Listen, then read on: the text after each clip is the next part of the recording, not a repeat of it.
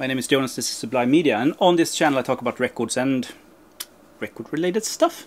Today I want to talk about my best box set finds this year. So, the best ones that I got 2023. Now, not all of them are from 2023, so bear with me now. I'm not a huge box buyer, but when there are good boxes out there and I can afford them, I buy them. But I got some really good ones, and I wanted to show you my top 5 box sets that I got this year. And I'm going to throw in a bonus because I'm going to show you 6 box sets. Lo and behold, my biggest disappointment of all releases this year that I got, used or new, was a box set. My biggest disappointment. So I'm going to show you that as well. I thought it was fitting showing it in this video. So yeah, let's get right into it, shall we? And maybe one or two of you know what I'm going to start with, because maybe you saw it here. So let's start with the disappointment. Let's start with the negative, and we can focus on the positive things later on, like the tops. And yeah, in my opinion, it's not bad. So don't get me wrong here, but this was the biggest disappointment for me this year. The Rolling Stones box set, 14 LPs, colored vinyl, all the US and the UK releases in the 60s by the Rolling Stones. The reason why this was, and limited edition to 10,000 copies. The reason why this was my biggest disappointment this year was because I was so stoked. I was super hyped about getting this box set. I mean, I missed the first one, the black version, when it came out many moons ago, and it skyrocketed in price, super hard to get and very expensive, and we heard talks about a reissue, and it came out, the news came out, and the pre-order was on. I got it right away, like I pre-ordered one right away. Got it for a great price. And the box came home, I put it on, and I was expecting Stones sounding like Stones had never sounded before. I mean, I have original pressings and stuff like that, but not in mint condition. So this was like, and they were comparing this with the Beatles mono box set, which I don't have. I haven't listened to, but that was going to be the best sounding Beatles has ever sounded. As you know, so I was so stoked. I put it on the turntable, and the sound was just like, it's good.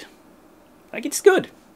It's not great. It's like, it's not the best I've ever heard Stones. Maybe the recordings doesn't have what it takes. I don't know. But I had so high expectations of this.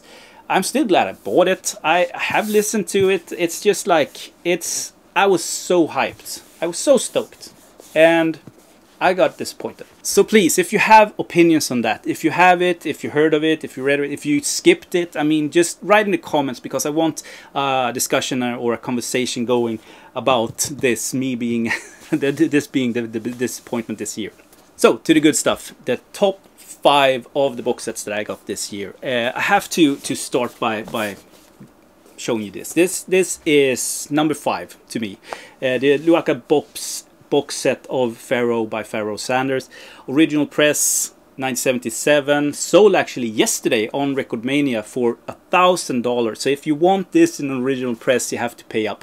I don't think that there have ever been a reissue of this. Only bootlegs. So, but yeah, and I did an entire video of this. You can see that, hear my thoughts, and in the sort of review of it, where I show everything inside. So go check that out. 2 LP set. You can still get this. There's 120 for sale on Discogs, and I have it in my shop also for like 50-60 euros, something like that. It's a no-brainer 2023 in my opinion. So get it while it still is out there any way you can. 5th place. So, 4th place, I have to give it to Bengt Frippe Nordström, the vinyl box. This was put out by a label in Luxembourg, and we should be so glad to have this material at all in our shelves today, because this free jazz artist Frippe, he released 1 record on Bird Note, which is super hard to get. I think that's also like $1,000 or something like that today. He is also known for being the first one who released something with Albert Ayler on Bird Notes also, so way before ESP and stuff like that. This guy was an enigma. Such a cool cool character, and getting this treatment, Mats Gustafsson involved in this project, is insane. So you get 4 LPs, one 10-inch and one 7-inch. It's a tribute, there is a bag, stuff like that. So number 4, I had some problems with warped discs, but they sent me new ones, and also it's limited to 300 copies, but they have already made a second run, so I don't know how limited it is. I think we don't get the bag in the second run, but so you can actually order this at their site today.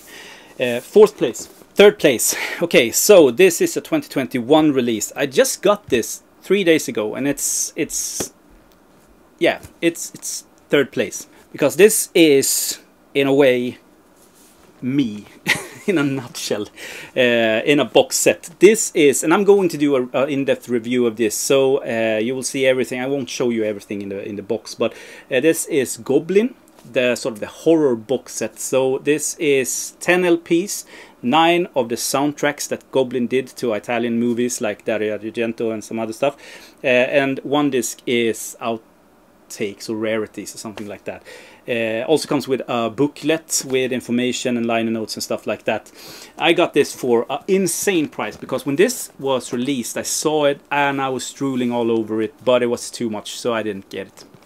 I have reissues of some of them, and I even have original pressings of some of them also, but yeah, such a cool box set. Getting them all in one, I couldn't refuse. And when a Swedish site was selling this for a fraction of the price it goes for, here we are. So soon I'll have a review up, so you can see the content of this. But number 3 this year. So number 2, 2nd place, and it's hard to show and talk about this without talking about the 1st place, but I'm gonna do my best. So this 2023 is the year that I got a BC13. And if you don't know what a BC13 is, there is an entire video talking about this and comparing the different sort of pressings on YouTube. I'll see if I can leave a link or something like that to the channel who talks about it, because I will never do it justice. But in a nutshell, this was put out in 1978. It is cut from the original analog tapes, and they did different runs in different countries: Germany, Holland, UK and Sweden, and this is the Swedish release. In a shootout video where this guy compared different BC13s against each other, most of them will sound terrific if you get it. The Swedish one came in at 3rd place, and I think that the Dutch one was the winner. But as I said, everyone sounds great. What the BC13 actually stands for is that this is the best way you can get the Beatles records sound-wise for least amount of money. Because often they are in great shape, and as I said, they are mastered from the original master tapes. The sound is terrific. They sound very warm and analog. And I have obviously compared these to some of my original pressings, and I have to say that I prefer these to the original pressings that I've heard.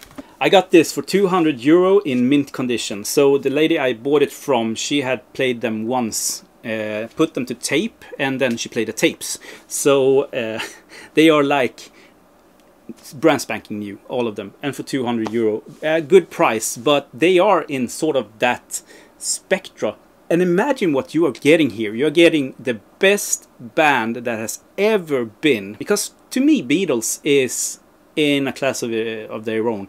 It's not only music, it's a way of, it's life. Like, it's as important as water and air. So getting all of the records in this sound quality, because the sound quality is 9, strong 9 out of 10, or 9.5 out of 10, it's just unheard of. And I'm so glad that I got this box set this year. If you are buying vinyl with Beatles, I recommend this before anything else, because you can get it pretty cheaply and the sound quality will not disappoint, not at all. Which brings us to place number 1. And I mean, this could easily have been top of my finds this year, stuff like that. It feels like I have a bit of history artifact in my knee right now. So place number one when it comes to box sets is definitely my MoFi Beatles collection, in perfect condition.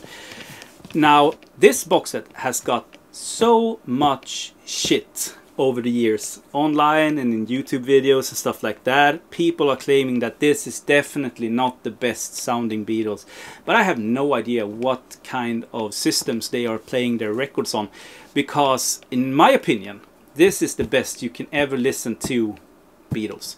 And I have heard everything, like original pressing CDs, reissues, streamed, and so I think that I can have a pretty good opinion on how it sounds.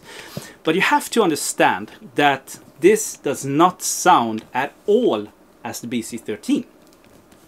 They are two extremely individual outputs. Like, this was put out in 1981 by MoFi, and MoFi had a tendency to do like a smiley EQ, and that is what most people are talking shit about, because it had a lot of heights and lows, but nothing in the middle. But as I said, in my room, on my equipment, this just brings out the best of the records. Because where the BC13 and the original pressings are analog and warm, it feels like putting on a good blanket, like you get cozy and you feel fuzzy inside. This is analytical. When you put this on and you close your eyes, it's like sitting in the studio. Because what MoFi managed to do here, and this is for me, they bring out the details and the separations like nothing I've ever heard before. The soundstage is extremely big, and the depth, the 3D effect is insane. And the details, man, the details. When you close your eyes and you listen, you can hear John and Paul's lips move. You can hear the pick hitting the strings when George is playing his guitar. You can hear the wood hit the cymbal when Ringo is playing the drums. And all of the little sort of sound effects on Sgt. Pepper and other records. I mean, they are crystal clear. So yeah, in a way the BC13 is a better sounding version of it, or the first pressings, because they are more pure and maybe more like it was supposed to sound, or it sounded back in the day. When it comes to this is like experiencing Beatles music for the first time. Like nothing you have ever heard before. And for that I give this the number one. The number one spot. And I have to say, like, I got this January this year and I paid up. Like, this is not a cheap release, so I had to pay up, not nearly as much as it goes for or should go for, so I got a great deal on it, but it's still the most I have ever put down on vinyl records per se. And when I got it home, I listened to it, my mind was blown. I was so happy, and I started reading up on people's opinions on it, and everyone was talking about the BC13. So like 2-3 weeks after this, I got my hands on this one locally at a lady's home. She was selling this on Facebook Marketplace in mint condition. I got it for a great price, so I was able to bring it home and listen to them both and really do a shootout between every single. I listened to side A of one of them, side A on the other one, side B, and so forth, and going through the entire catalog, shooting them out, all of them, taking notes. And it was like, they are sounding great, both of them, but so different in sound. So I can't sell this, I can't sell that one, I don't want to. I'm not one of those collectors who collect different pressings of stuff, but in this case I can't, because they sound so different, and they are both like 9.5 out of 10 in sound quality, but totally different. So yeah, that's my box sets of 2023, and just like my finds of this year, I had a great year when it comes to getting releases. 2023 will go down as the best year ever, I think, and yeah. thank you so much for watching. Please comment, like, subscribe, all that good shit. And I'll talk to you in my next video. Have a great day, everyone. Bye.